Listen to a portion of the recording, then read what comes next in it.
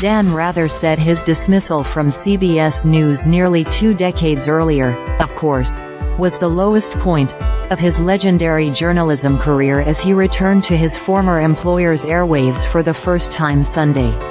"I gave CBS News everything I had," the 92-year-old newsman said. "They had smarter, better, more talented people, but they didn't have anybody who worked harder than I did."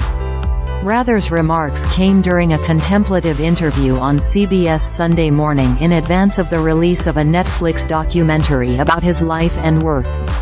He spent 44 years at CBS, including 24 as anchor of its evening news program, but lost his place there after a doomed 2004 investigation into the military record of George W. Bush, who was in the middle of successfully running for a second term as president.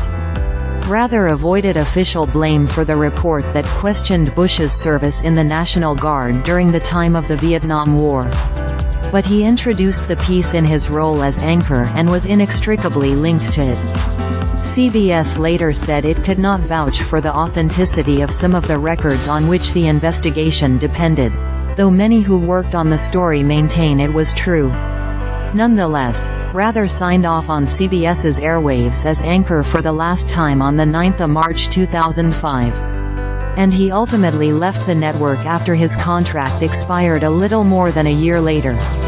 According to the Associated Press, in the Netflix documentary debuting Wednesday, Rather believed he would survive the botched investigation into Bush's military service and was shocked over his downfall at CBS.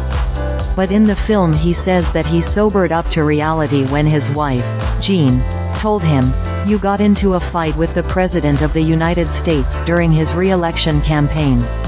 What did you think was going to happen?" Rather's career in journalism continued after he left CBS, publishing investigations and conducting interviews for digital cable and satellite television network HDNet. He's written books, commented on presidential politics and fostered a younger audience on social media.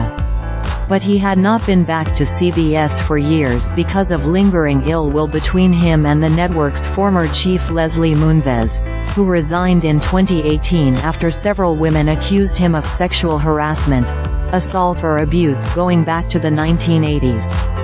He was finally back at CBS days prior to the debut of Rather, Netflix's biographical documentary chronicling his reporting on John F. Kennedy's assassination, Vietnam and Watergate through his anchor years and beyond, as the AP reported.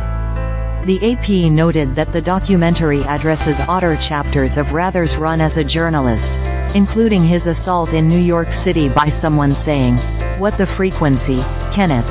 before then going on stage with Rem when the band performed a song named after that phrase. "Without apology or explanation, I miss CBS," Rather said in Sunday's interview, which was filmed at his home in Texas.